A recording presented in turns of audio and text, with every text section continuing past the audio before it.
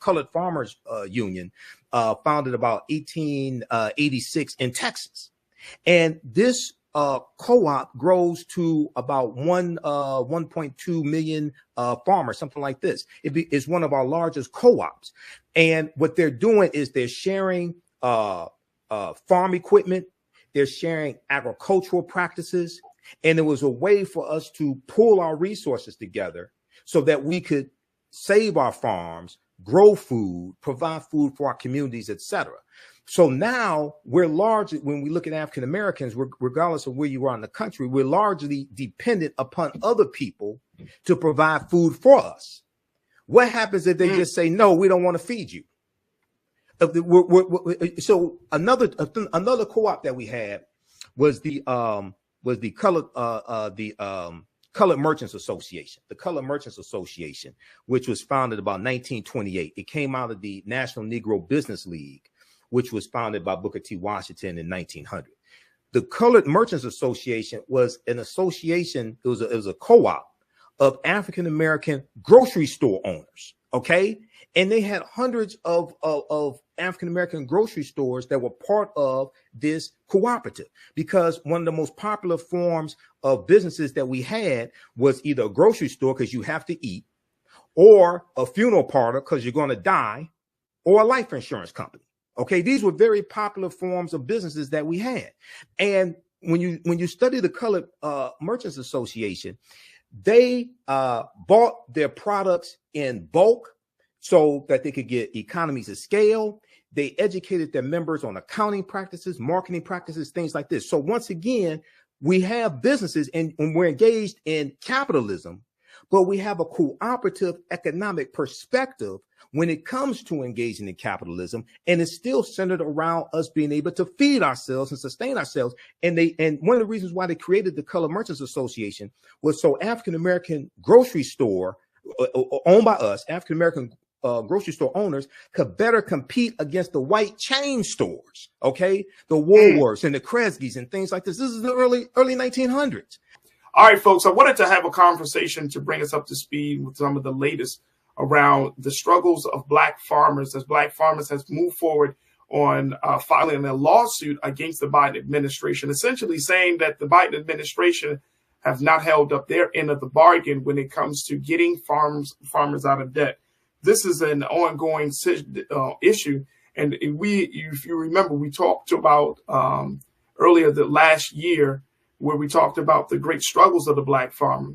And one of the big things that President Biden said is that he would invest or allocate, $5 billion worth of funds to help with Black farms, to get Black farmers out of debt and to create more sustainability for their land and for their products and services.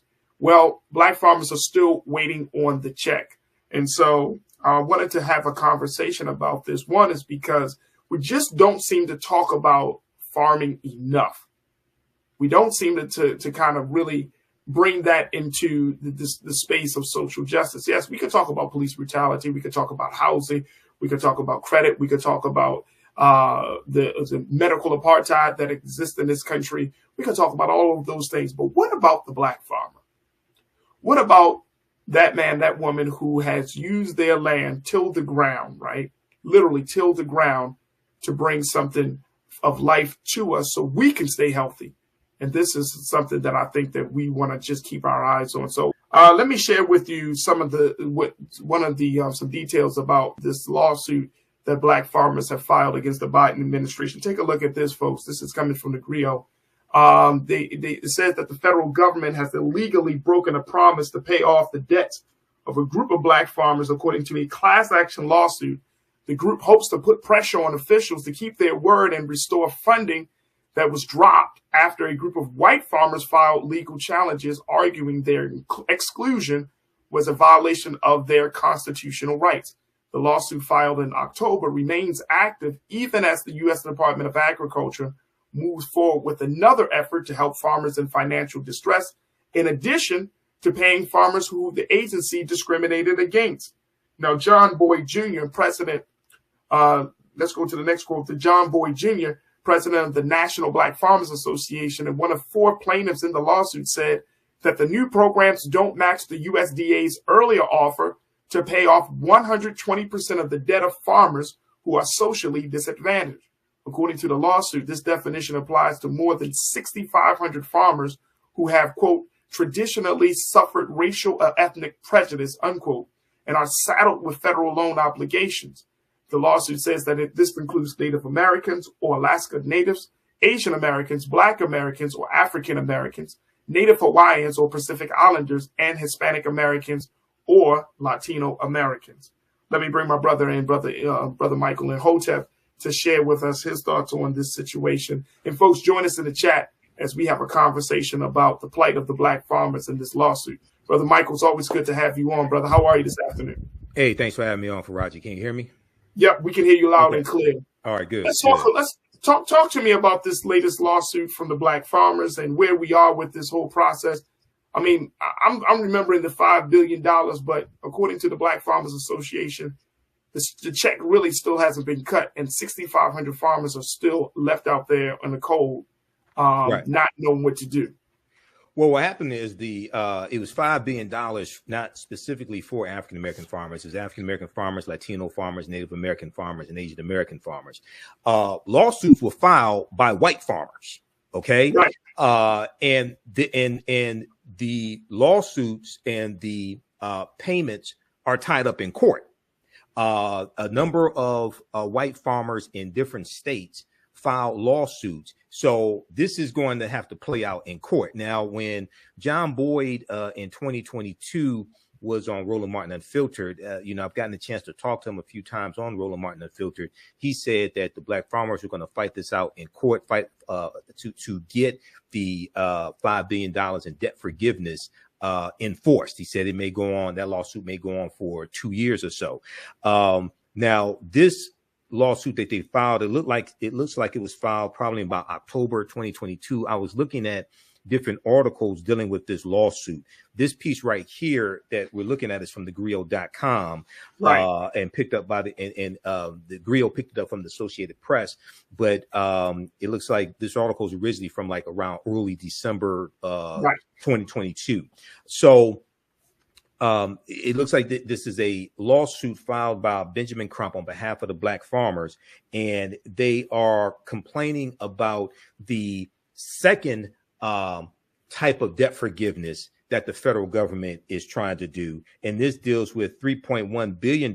Congress provided $3.1 billion that would allow the USDA to be able to work with distressed borrowers to provide help with their farm debts in new and more effective ways to help borrowers as much as possible, stay on land, stay in agriculture, etc. So it looks like Congress and the Biden administration is trying to find another way to help the farmers that won't get blocked in court, that won't get overturned in court. Because you got to remember, see, one of the things that they did is they filed the white farmers filed these lawsuits in courts that are overseen by Trump appointed judges, generally speaking, number one. Okay. Number two, if these lawsuits go to the U.S. Supreme Court, you're dealing with a 6-3 conservative majority in the U.S. Supreme Court. Three of those Supreme Court justices were appointed by Donald Trump. All right. Right. So you're dealing. I mean, hopefully they win in court. I don't know. I don't know. Hopefully they will. But because it is an irrefutable fact, African American farmers have been discriminated by the U.S. Department of Agriculture for the last 100 years. But you can just go back to the year 2020. OK, because in 2020, under the Trump administration, white farmers got almost $26 billion in COVID aid from the Trump administration, whereas African American farmers got 0.1% of that. They got $26 million. This article I'm posting here in the chat, this is from the Washington Post. This is a interview with Tom Vilsack, who is Biden's new Secretary of Agriculture. He was the Secretary of Agriculture under the Obama administration. Now, John Boyd and other African American farmers did not want Tom Vilsack to be Secretary of Agriculture because they had problems with him under the Obama administration. Biden was saying he needs somebody who understands the job, can hit the job, hit the ground running, doesn't have to be trained in the job. And Vilsack said he would do better with black farmers this time around. Apparently, he hasn't so far. We'll see what happens. Apparently, he hasn't so far. But Tom Vilsack, in this interview with the Washington Post, and this article was dated from March 25th, 2021, talked about how under the Trump administration, African-American farmers were discriminated against. So I would like to hear from Benjamin Crump on this. And I also want to hear from the Biden administration on this lawsuit, especially U.S. Agriculture Secretary Tom Vilsack as well on this lawsuit also. Here's the thing why I brought this up, and I'm glad that you brought some history and some context on this, Brother Michael. The reason I'm bringing this up is because, like I said in my opening statement around this issue, we're just not bringing this into, when we talk social justice, farming is not a part of the conversation, brother. Right, right. You know what I'm saying? I mean, just culturally, like we don't actually think about this. Right. And so, you know, even for me, it's like, Farajii, you know, you got black farmers out there that are struggling right now. Absolutely. So it's like, well, how do we make sure that we have this conversation in a very, very big way, significant way? Of course, we're watching the eyes on the lawsuit, right? And even say if they're blessed to win this lawsuit, that might get drowned in. That's not going to be on the front page of the paper. Right. Of our local newspaper, black farmers win lawsuit. You know what I mean? So I'm just trying to figure out on a cultural perspective, you know, we just talked to Dr. Bridget Cole Williams about, you know, eating healthy and childhood obesity. And we're talking about farming. And it's like, man, look, we got some real issues with food in this country. And I think that it's important that we really understand the significance of it. Also, especially given that food costs so much now in a lot of places around this country. Well, they're contributing factors. I was looking at information today dealing with the increase in the price of eggs. And a lot of that has to do with the bird flu, the avian flu, the bird flu that is killing off a lot of the hens that lay the eggs. Okay. So there's a number of different things here. This ties into history. Number one, we have to understand that African people are the original farmers. We created agriculture. Okay. But a lot of us have forgotten this history. And, you know, part of it has to do with the fact that farming during the Great Migration and afterwards, farming was somewhat probably looked down upon by some African Americans who were able to go into new industries, were able to go to college, able to get away from farming, things like this. And a lot of that had to do with sharecropping. A lot of that had to do with seeing their parents struggle, maybe when it came to farming and having land taken away, dealing with white supremacy, not dealing with farming from the perspective of you have a federal government that is supporting you and helping you with your farm like it did white farmers. Okay. So when we look at very quickly here, when we look at the Great Migration, starting in 1915, from 1915 to 1970, you have 6 million African Americans migrating from the South up north and out west, going to work in factories. During World War I, 1914 to 1918, you have corporations and factories up north marketing to African Americans in the South to come up north and work in these factories, come get a better way of life, come out of the cotton fields and things like this, because you had white men who were going to fight in World War I and they left jobs behind. So this created a labor vacuum. So it was a lot of African Americans who moved from the South up north to fill these jobs, get a better way of life, get a better wage. And then we're going to also see this continue after World War I. We see in World War II, and then after World War II, we're going to see this continue. So part of it has to do with not really fully understanding our history, that the foundation of a community is family, but also being able to provide food for yourself. Okay. And we have a deep, rich history in when it comes to agriculture. We have a deep, rich history there. And then also part of that history deals with the co-ops, the cooperative economics. Yep. One of the largest co-ops that we had was the Black Colored Farmers Union, founded about 1886 in Texas.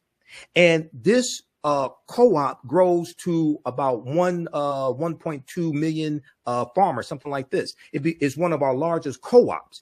And what they're doing is they're sharing farm equipment, they're sharing agricultural practices, and it was a way for us to pool our resources together so that we could save our farms, grow food, provide food for our communities, etc. So now we're largely, when we look at African Americans, regardless of where you are in the country, we're largely dependent upon other people to provide food for us. What happens if they just say, no, we don't want to feed you? So another co-op that we had was the Colored Merchants Association, the Colored Merchants Association, which was founded about 1928. It came out of the National Negro Business League, which was founded by Booker T. Washington in 1900. The Colored Merchants Association was an association, it was a co-op of African-American grocery store owners, okay? And they had hundreds of African-American grocery stores that were part of this cooperative, because one of the most popular forms of businesses that we had was either a grocery store because you have to eat, or a funeral parlor because you're going to die, or a life insurance company. Okay, these were very popular forms of businesses that we had. And when you study the Colored Merchants Association, they bought their products in bulk so that they could get economies of scale. They educated their members on accounting practices, marketing practices, things like this. So once again, we have businesses and we're engaged in capitalism, but we have a cooperative economic perspective when it comes to engaging in capitalism, and it's still centered around us being able to feed ourselves and sustain ourselves. And one of the reasons why they created the Colored Merchants Association was so African-American grocery store owned by us, African-American grocery store owners could better compete against the white chain stores, okay? The Woolworths and the Kresge's and things like this. This is the early 1900s. Right.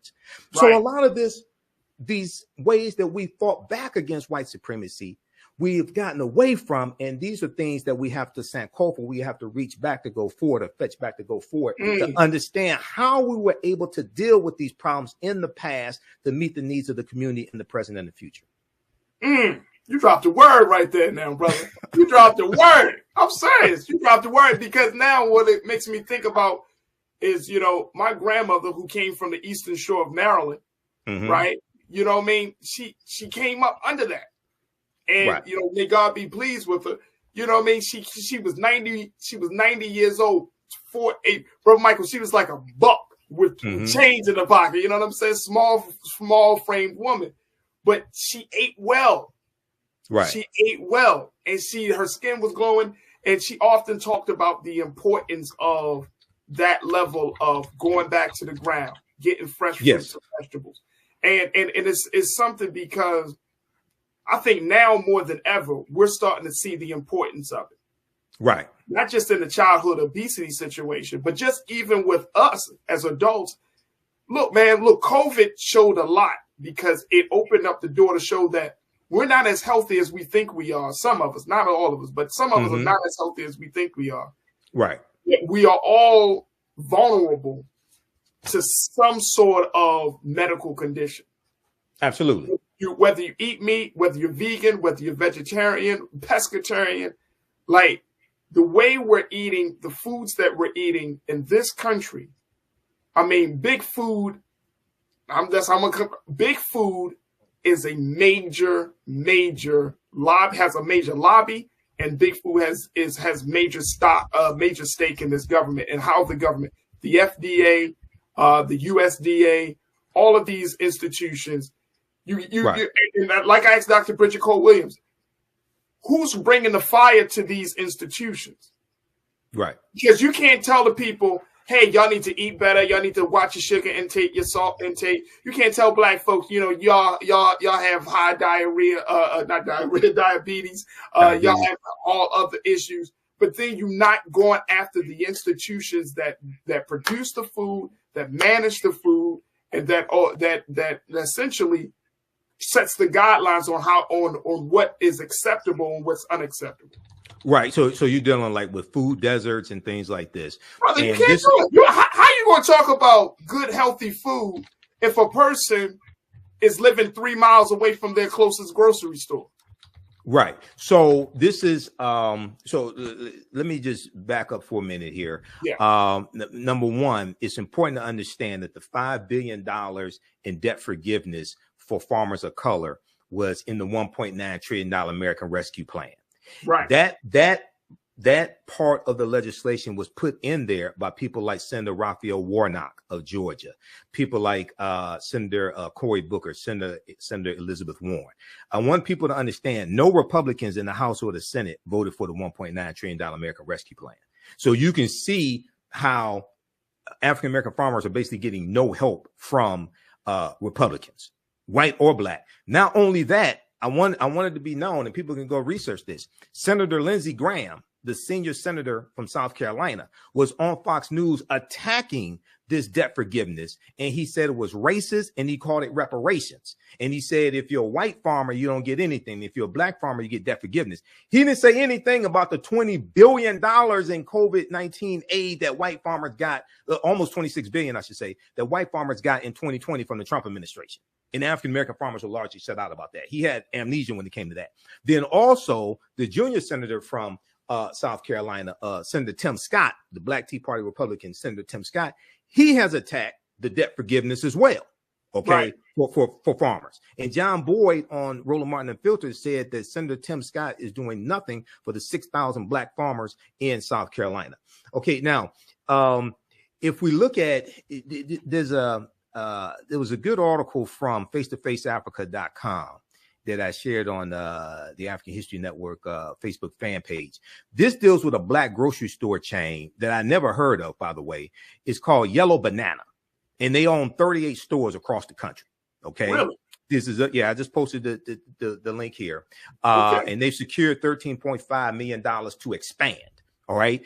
We have to, if it doesn't already exist, there has to be a link. There has to be a infrastructure of where a black grocery store chain like Yellow Banana and any other black grocery store chains out there can build this pipeline to get products and to get produce and any other products from black farmers into these grocery stores to get it into the African-American community.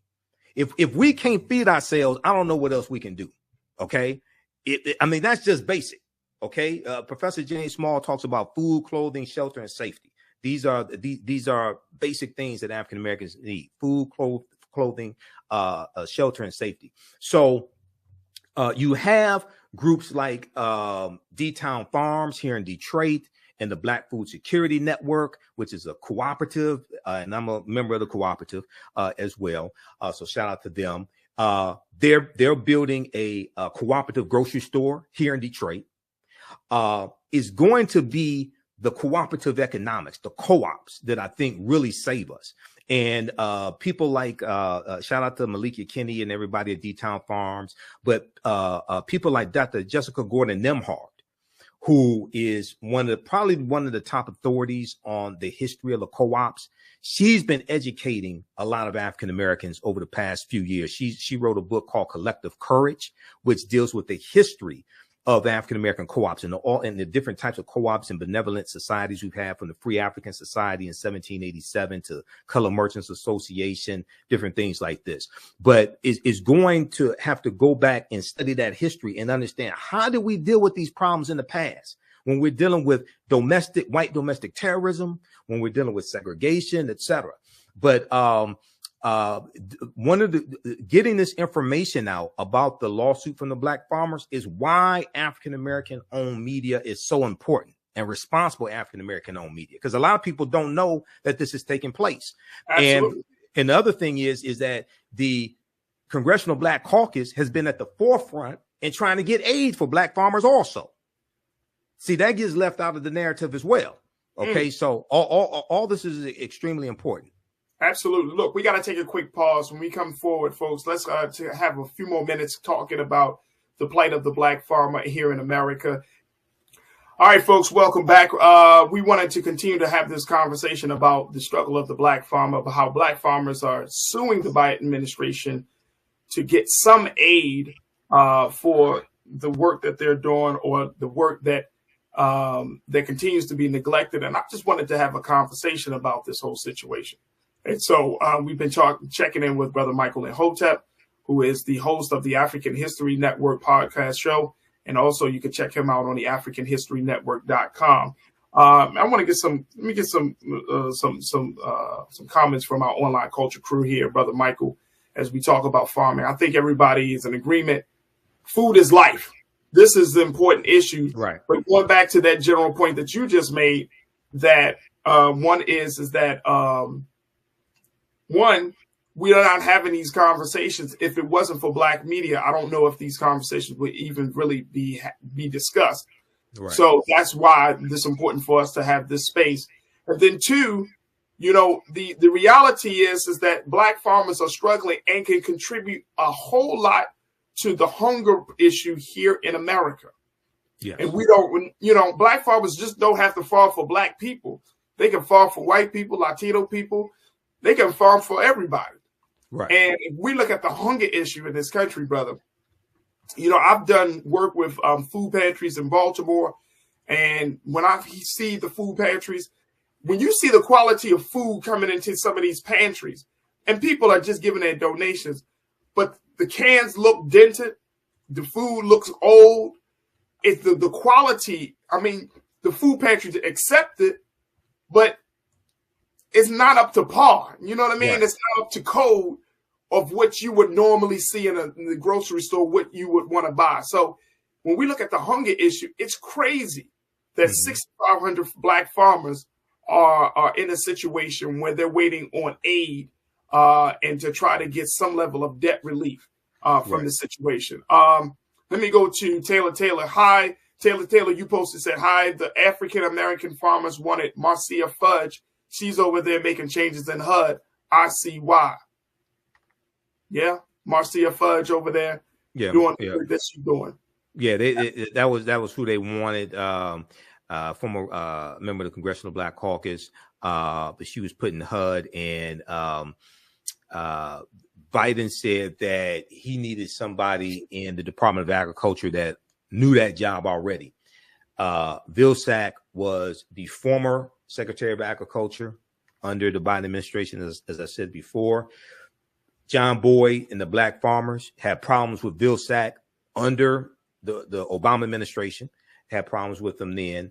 And Vilsack said he would do better this time, at least on this. I don't know about on the other issues than with black farmers, but at least on this issue here, he has not so far, at least. So hopefully they're successful with their lawsuit. I really want to hear from Benjamin Crump, John Boyd, but also the response from the Biden administration. I haven't seen what the response from the Biden administration is regarding this lawsuit. Absolutely. Conscious Thought, my guy, you checked in and said, point to ponder. If we had black farmers growing food in the U.S., then we would not have to depend so much on countries outside of the U.S. for certain grains to supply the needs in U.S. So we know that America is a major wheat distributor. Russia is a major wheat distributor. We've had conversations, Brother Michael, talking about the wheat crisis that hit the continent of Africa, and how the Russia-Ukrainian war has affected the food distribution and the food supply in Africa. Mm-hmm. So to Conscious Thought's point of having the black farmers as a way to bring that in, so we don't rely on that. What do you make of that? What do you take from that? Conscious Thought you would need more black farmers growing wheat and things like this to be able to really supply the nation. If we just look at the U.S. in to the level that it needs to be. There's about 45,000 or so African-American farmers, and it's declining. All of them don't grow wheat. So you would have to have an increase in the farmers, and they would need some type of federal subsidies to help them be able to do that as well. Because, and then at the same time, here's the other thing that gets left out of the conversation. African-American farmers are competing against the corporate-owned farms also.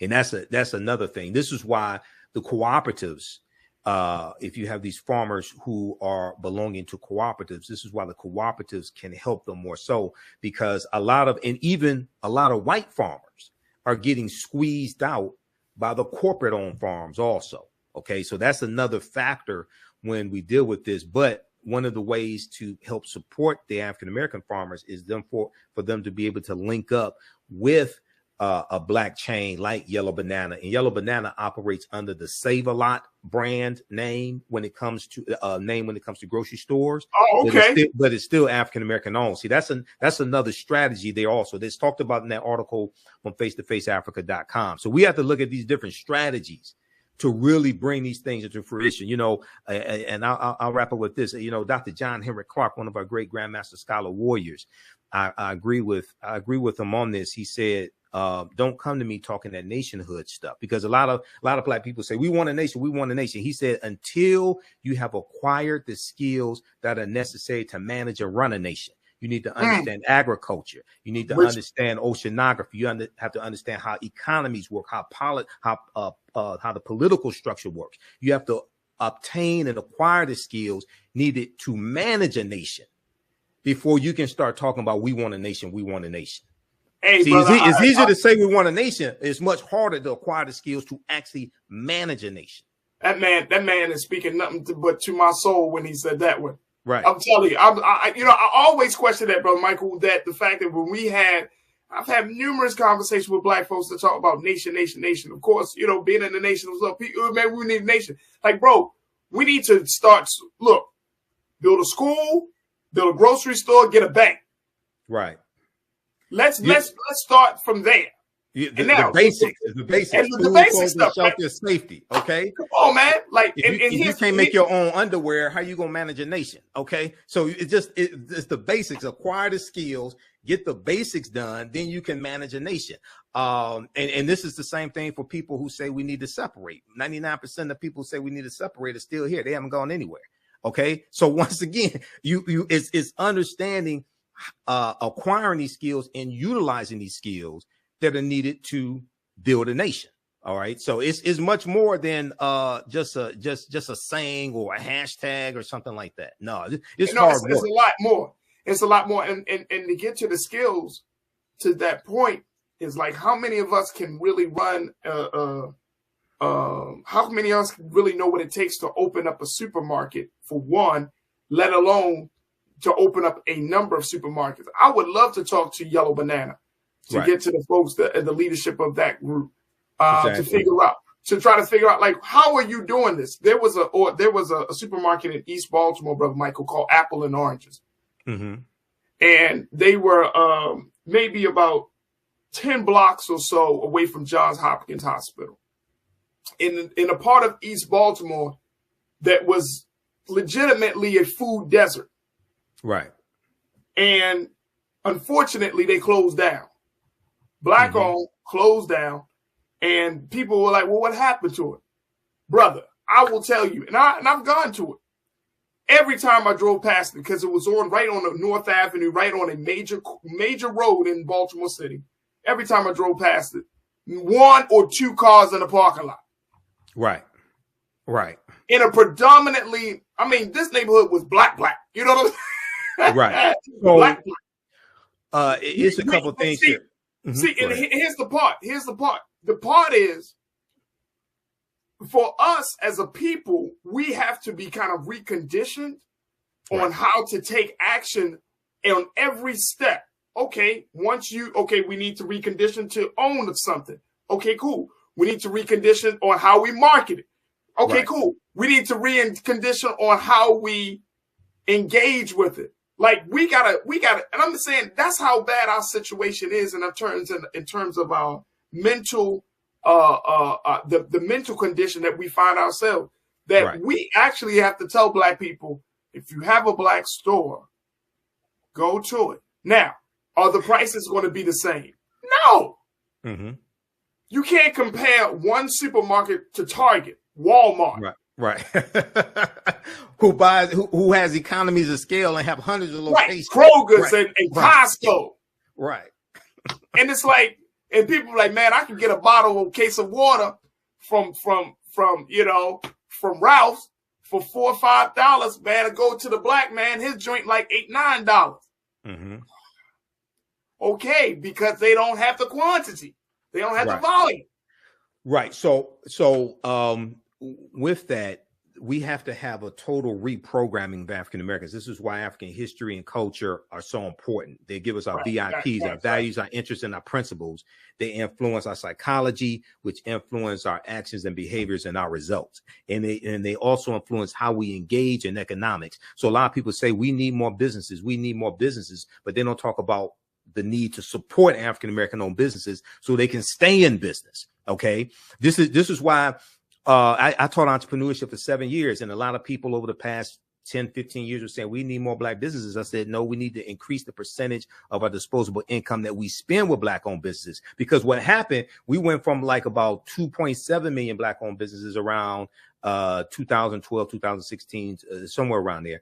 We went up to about 4 million, but the average revenue was cut in half. It went from about $106,000 a year to somewhere around $52,000, $56,000 a year. And then when COVID hit by April 2020, about 41% of Black owned businesses had shut down. Okay. So it's not having just more, it's understanding you have to support the ones that exist. Otherwise, they're going to go out of business. Okay. So I encourage people to read the article dealing with Yellow Banana, because it talks about how there was 3 entrepreneurs who started this business, and they have law degrees from like Harvard.